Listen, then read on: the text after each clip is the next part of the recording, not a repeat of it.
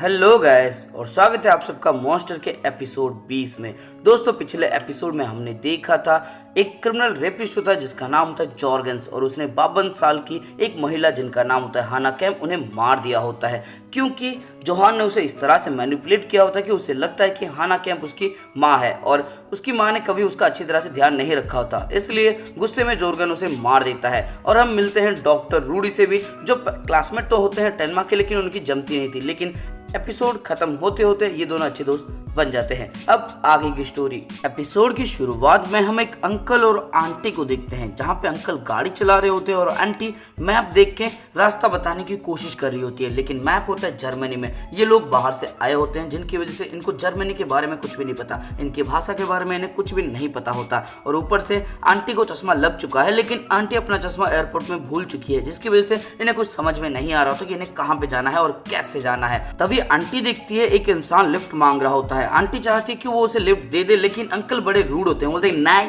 इनको कौन लिफ्ट देगा, मेरा पेट्रोल खत्म हो जाएगा। और तब आंटी बोलती कि ले लो यार, छोटा बच्चा भी है उसके साथ। इसके बाद अंकल का भी हृदय परिवर्तन हो जाता है, वो गाड़ी घुमा लेते हैं और उनके पास जाते हैं और हम देखते हैं ये होते हैं डॉक्टर टेनमा और डीटर। इसके बाद टेनमा लिफ्ट के लिए जर्मनी में बात करते हैं और तभी अंकल बोलते हैं कि हमें जर्मनी नहीं आती और उसके बाद टेनमा बोलते हैं कि अच्छा तो आपको इंग्लिश आती है। और इसके बाद अंकल जी इनको मैप दे देते हैं और इस रास्ते के बारे में पूछते हैं और पूछते हैं कि हम कहाँ पे हैं। टेनमा इनको एग्जैक्ट लोकेशन दे देते हैं और बोलते हैं कि मैं फ्रीहम जा रहा हूँ। और तब आंटी बोलते हैं कि हाँ हम जहाँ पे जा रहे हैं ये भी उसी रास्ते जा रहे हैं, चलो इन्हें लिफ्ट दे देते हैं। और इसके बाद ये गाड़ी में बैठ जाते हैं। इसके बाद अंकल बोलते हैं तुम दोनों एक दूसरे को कैसे जानते हो, तुम बाप बेटे तो हो नहीं क्योंकि तुम एक एशियन हो और वो एक जर्मन है। और इसके बाद टेनमा बोलते हैं कि हाँ ये मेरे दोस्त का बेटा है। इसके बाद अंकल जी बोलते हैं तुम्हें देख के और तुम्हारी बातचीत से मैं बता सकता हूँ कि तुम कोई स्पेशलिस्ट हो। इसके बाद आंटी बोलती है अब बस भी करो, इतना ज्यादा रूड मत बनो, मुझे माफ करना बेटा, ये इनकी पुरानी आदत है, ये पहले पुलिस में हुआ करते थे। इसके बाद डीटर बोलता है इन्होंने क्या कहा, क्या ये पुलिस में थे? और तुम्हें बता दूं कि डीटर को इंग्लिश नहीं आती, यानी कि डीटर को अभी कुछ भी समझ में नहीं आ रहा।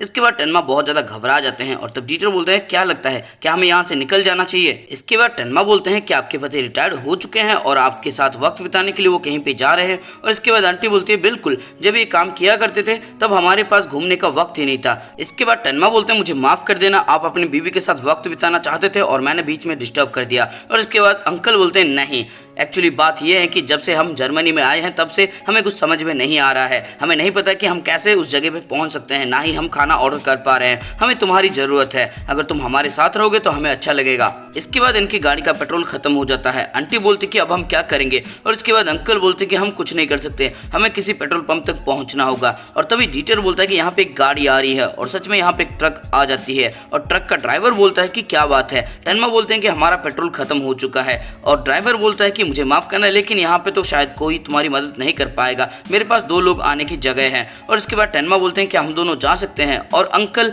जिनका नाम होता है जॉन्स वो बोलते हैं कि तुम चिंता मत करो, तुम यहाँ से चले जाओ, तुम्हें यहाँ पे रहने की जरूरत नहीं है। और इसके बाद टेनमा और डीटर यहाँ से चले जाते हैं और जाते वक्त बोलते हैं अगर मुझे कोई पेट्रोल पंप मिलेगा तो मैं वहां से आपके लिए मदद भेज दूंगा। और इसके बाद हम देखते हैं ये दोनों गाड़ी में होते हैं। डीटर बोलता है कि ये तो बहुत लक की बात है कि हमें दूसरा राइड तुरंत मिल गया। इसके बाद टेनमा ड्राइवर से बोलते हैं क्या पास में कोई पेट्रोल पंप है? और इसके बाद ये ड्राइवर बोलता है कि यहाँ पे आसपास कहीं पे भी कोई पेट्रोल पंप नहीं है। इसके बाद शाम हो जाती है, हम आंटी को देखते हैं। आंटी बोलती है अगर उस लड़के ने अभी तक बता दिया होता तो अभी तक यहाँ पे कोई ना कोई तो आ जाना चाहिए था। और तब अंकल बोलते हैं तुम्हें ऐसा लगता है वो हमें छोड़ के भाग गया? और उसके बाद आंटी बोलती है कि ऐसा मत कहो, वो काफी अच्छा इंसान था। इसके बाद अंकल बोलते हैं कि हाँ होगा। इसके बाद आंटी बोलती है जरा देखो आसमान कितना ज्यादा खूबसूरत है। और अंकल बोलते हैं कि तुम सूर्य अस्त की बातें कर रही हो, जिंदगी में मैंने बहुत बार देख लिया है। और इसके बाद आंटी बोलती है कि नहीं, सूर्य अस्त तो कब का हो चुका है, मैं बोल रही हूँ कि जरा देखो उन बादलों से जो रोशनी निकल के आ रही है वो कितना ज्यादा खूबसूरत है, मैं सोच रही हूँ कहीं रॉबर्ट भी ये सब देख रहा होगा। इसके बाद आंटी को कुछ दिखाई देता है, वो बोलती है हनी जरा देखो कोई आ रहा है, ये तो वही है, मैंने कहा था ना ये एक अच्छा इंसान है। और इसके बाद हम देखते हैं यहाँ पे डीटर और टेनमा आ चुके होते हैं और उनके हाथों में पेट्रोल का कैन भी होता है। टेनमा बोलते हैं पास में कोई भी पेट्रोल पंप नहीं था, इसलिए मैं एक किसान से ये पेट्रोल ले आया। और इसके बाद ये पेट्रोल डाल देता है गाड़ी में और ये सब आगे चले जाते हैं। ये सब जाके एक रेस्टोरेंट में डिनर कर रहे होते हैं। आंटी और अंकल दोनों को जर्मनी के बारे में ज्यादा कुछ पता नहीं होता और ना ही उन्हें पता होता कि यहाँ पे कौन सा खाना अच्छा है और कौन सा नहीं, इसलिए टेनमा इनकी मदद करता है और इनका खाना अच्छी तरह से ऑर्डर कर देता है, जिसको खा के ये दोनों बहुत ज्यादा खुश होते हैं। और आंटी शुक्रिया अदा करती है टेनमा का, लेकिन टेनमा बोलते हैं नहीं आपका शुक्रिया, आपने हमें खाना खिलाया है। और उसके बाद आंटी बोलती है डीटर क्या तुम एक और आइसक्रीम लेना चाहोगे, लेकिन तभी टेनमा बोलते हैं कि नहीं इसने बहुत खा लिया है। लेकिन तभी अंकल बोलता है मुझे लगता है ये क्रिमिनल है। इतना सुनने के बाद सब लोग हैरान हो जाते हैं। तभी अंकल बोलते हैं कि नहीं मैं इस न्यूज़पेपर के बारे में बात कर रहा था, जरा इसे देखो इसने अपनी वाइफ को मारा है, तुम इसके बारे में क्या सोचते हो। और इसके बाद टेनमा बोलते हैं मुझे नहीं पता। इसके बाद अंकल बोलते हैं जब मैं एक पुलिस वाला हुआ करता था तब मैं क्रिमिनल की आंखों में देख के बता देता था कि ये अपराधी है या फिर नहीं।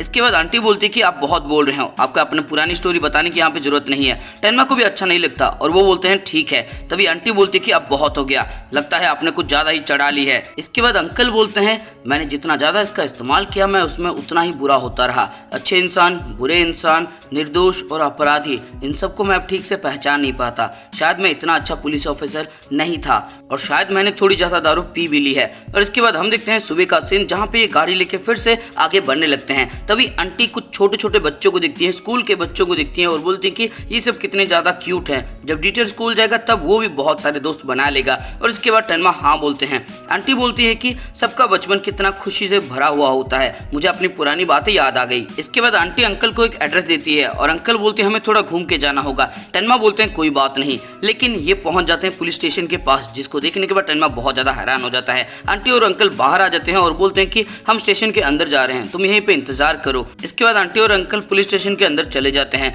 डीटर बोलता है टेनमा अब हमें क्या करना चाहिए, चलो यहाँ से भाग जाते हैं। और तभी एक पुलिस वाला देख लेता है टेनमा को, वो घूर घूर के टेनमा को देख रहा होता है, लेकिन उसके बाद वो यहाँ से चला जाता है। दूसरा पुलिस वाला बोलता है कि क्या बात है, और ये पुलिस वाला बोलता है कि इन्होंने हमारी पेट्रोलिंग कार के पास पार्क कर दिया है, लगता है ये बाहर के लोग हैं। इसके बाद आंटी और अंकल पुलिस स्टेशन से बाहर आ जाते हैं, लेकिन ये दोनों बहुत ही ज्यादा मायूस होते हैं और गाड़ी भी वैसे ही चला रहे होते हैं। और इसके बाद टेनमा बोलता है कि लगता है हम गलत रास्ते पे जा रहे हैं। और तब अंकल बोलते हैं मुझे माफ करना, हमें थोड़ा सा वक्त लग जाएगा, हम स्टेनबर्च कैसल जा रहे हैं, मैं वहां पे कुछ देखना चाहता हूं। और इसके बाद हम देखते हैं स्टेनबर्च कैसल को, जो बहुत ही ज्यादा ऊंचाई पे होता है और वहां पे पहुंचने के लिए बहुत ज्यादा सीढ़ियां चढ़नी पड़ती है।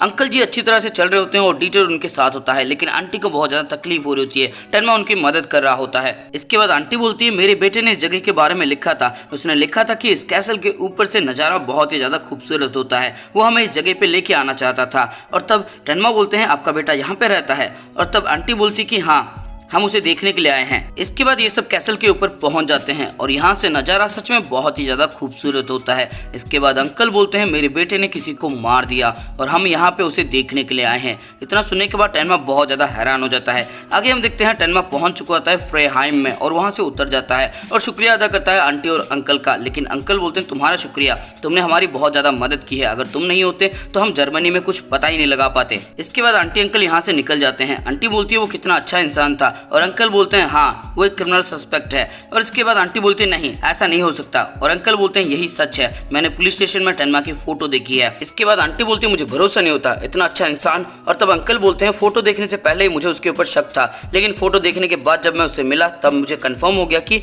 ये बुरा इंसान नहीं है, ये अपराधी नहीं है, ये निर्दोष है। इसके बाद आंटी और अंकल जेल के पास पहुंच जाते हैं और चलते हुए आगे बढ़ने लगते हैं। तभी अंकल बोलते हैं हमारे बेटे रॉबर्ट ने एक बंदे को मार दिया है, मुझे बहुत ज़्यादा शर्म आ रही है, मैं अपने फैमिली और अपने फ्रेंड को अपना शक्ल तक नहीं दिखा सकता, लेकिन एक चीज़ मैं अपनी आंखों से कंफर्म करना चाहता हूँ, रॉबर्ट ने अपराध किया है, ये सच है, लेकिन वो बुरा इंसान नहीं है, चलो जाके रॉबर्ट से मिलते हैं। और दोस्तों इस एपिसोड के अंदर हमको ये सीखने को मिलता है कि अगर तुम्हारे साथ कोई बुरा बर्ताव करता है तो उन्हें करने दो, लेकिन अगर किसी तरह से तुम उनकी मदद कर सकते हो तो तुम्हें करना चाहिए, जैसा टेनमा ने किया। टेनमा को पता था कि अंकल उससे अच्छी तरह से बिहेव नहीं कर रहे हैं और अंकल को शक भी था टेनमा के ऊपर, लेकिन उसके बावजूद टेनमा ने रिस्क लिया और अंकल की मदद की। और दूसरी चीज हमें ये सीखने को मिलती है कि हमें किसी को जल्दबाजी में जज नहीं करना चाहिए। जैसे अंकल ने जज कर लिया था टेनमा को, उन्हें लगा कि ये एक अपराधी है, लेकिन अंत में उन्हें समझ में आ गया कि टेनमा कभी बुरा इंसान हो ही नहीं सकता। वैसे हमें भी जिंदगी में किसी को जल्दी जज नहीं करना चाहिए, शायद वो अच्छा इंसान हो लेकिन हमें बुरा लगता हो। और दोस्तों इसी के साथ ये वाला एपिसोड हो जाता है खत्म।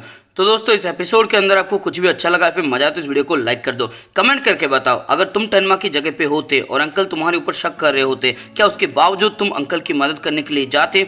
अगर मुझसे पूछा जाए तो शायद मैं नहीं जा पाता, मुझे डर रहता कि अंकल कहीं मुझे ही जेल ना भेज दे। और दोस्तों इस वीडियो को अपने दोस्तों के साथ या फिर किसी एनिमे लवर के साथ शेयर कर देना, और साथ में अगर चैनल पर नए हो तो चैनल को सब्सक्राइब करो और उसके बाद घंटा या फिर घंटी जो भी तुम्हें दिखेगा उसको जोरों से बजा देना।